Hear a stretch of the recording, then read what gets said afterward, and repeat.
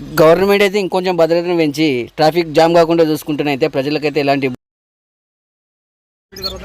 Mango 4 నడుచుకుంటూ ఉసుకల్ని అయితే tent వేసి అయితే మంచి పని చేసిర్రు నాయన.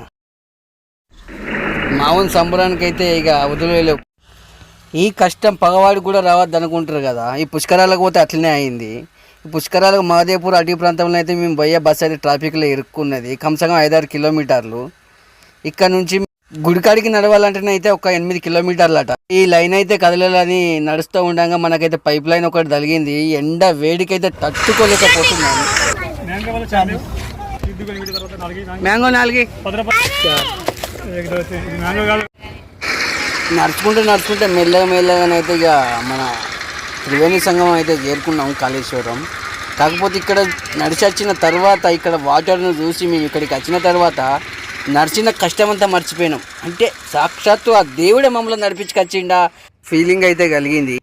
ఈ 3 గంగలు కలిసిన చోటైతే స్నానం అయితే చేసి మంచిగా మావాడైతే ఆడుకుంటాను. గంగను చూసిన సంబరంలో అయితే ఆడుకుంటాను బాగా.